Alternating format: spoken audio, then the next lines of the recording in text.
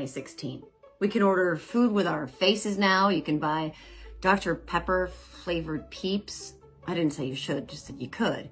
Britney Spears got emancipated, got married, and got divorced again. Hillary Clinton is back from her walk in the woods. 10-year-old girls have skincare regimens. There's Zoom work and Zoom school, Zoom dates and divorce court. The green M&M wear sensible shoes. The Redskins became the Commanders. The Indians became the Guardians. And the Chiefs, well, they stayed the Chiefs while serving as a crucial arm of the years-long deep state psyop to defeat Donald Trump by avocado toast comes on cauliflower crust, Beyonce sings country, and an app called TikTok is the cultural phenomenon we never knew we needed because, frankly, we probably don't.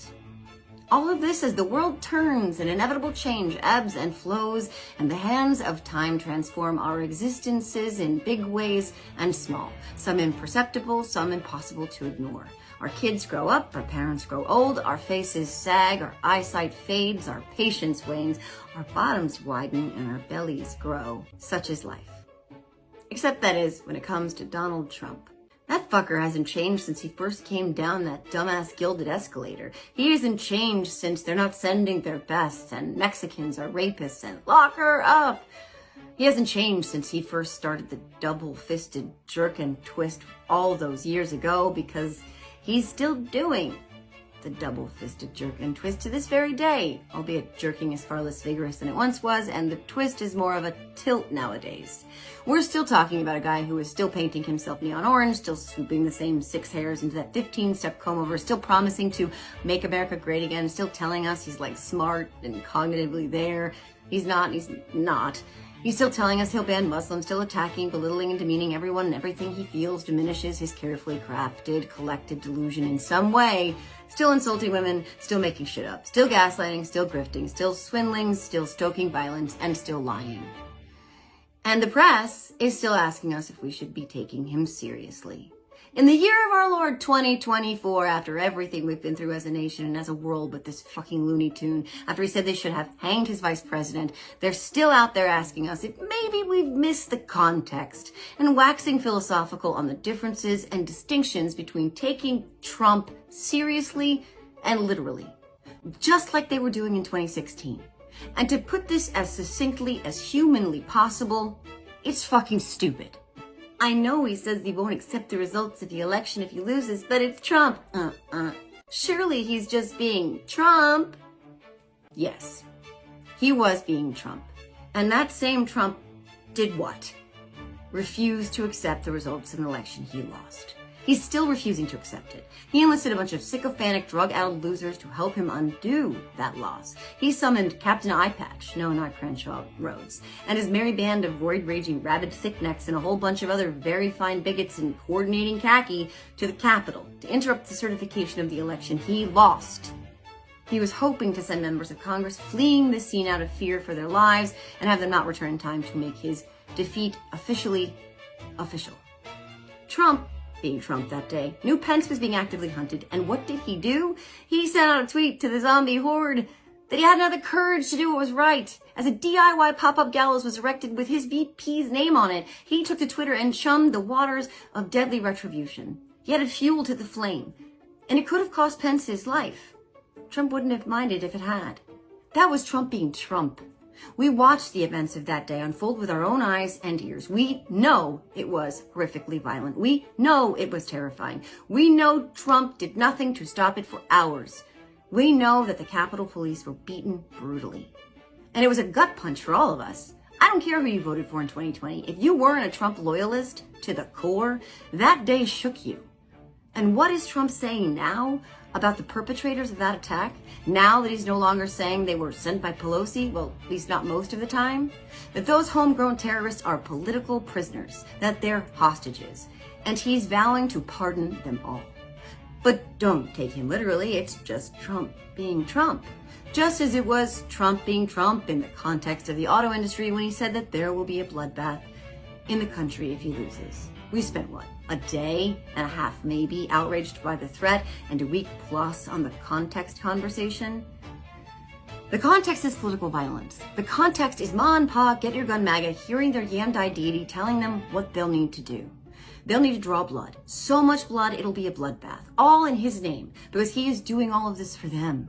Although he's not doing a damn thing for them other than hating who they hate and saying he wants to hurt who they want to hurt.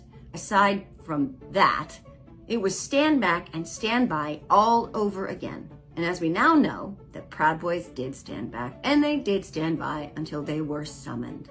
And thankfully they failed, and they're all in prison right now, a place Trump very much does not want them to be. Because he wants violence. He wants the threat of violence. So naturally, in yet another instance of Trump being Trump, this past Easter weekend, in the middle of his $60 Bible blowout sale, he posted a video featuring imagery of President Biden bound with rope on the back of some asshole's F1 small in the pants. And it made news for about a day. But like always, the press did the same. What do you have to say about images like these? Pussyfooting with the so-called sane Republicans who invariably didn't see it, but wanted to talk about the invasion at the border instead. Not only did Trump post that video, but he also spent the Holy Week inciting violence against the daughter of the judge in his hush money case, for which he was gagged and then gagged again.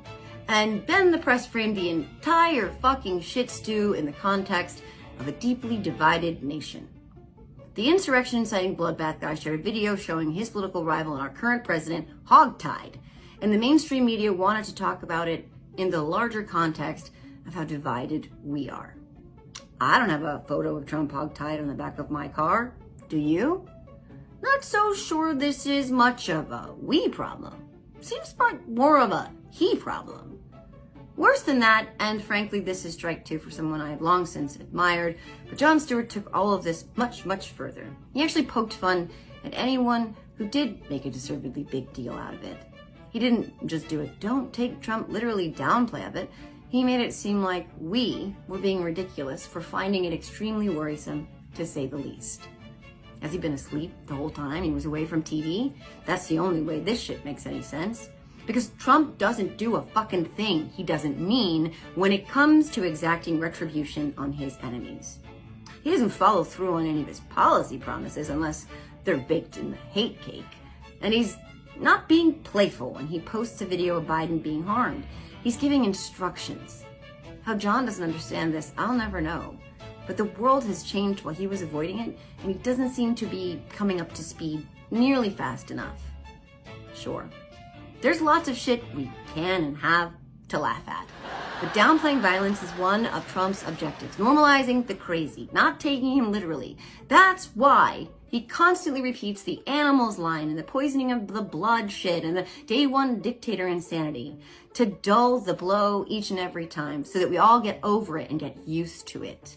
So that when he acts on his threats, whole swaths of the country, an entire political party can brush it off as peaceful patriotism and make him their pick for the office they once upon a time acknowledged he tried to steal.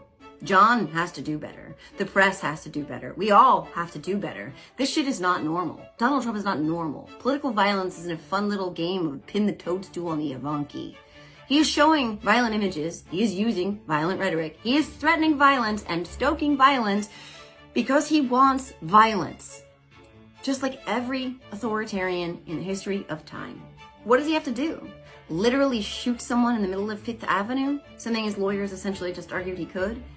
Before people start believing him? It's 2024. You can get a margarita drone delivered to your hand while you swing on a hammock in your backyard on a hot summer day. The world has changed. It's evolved.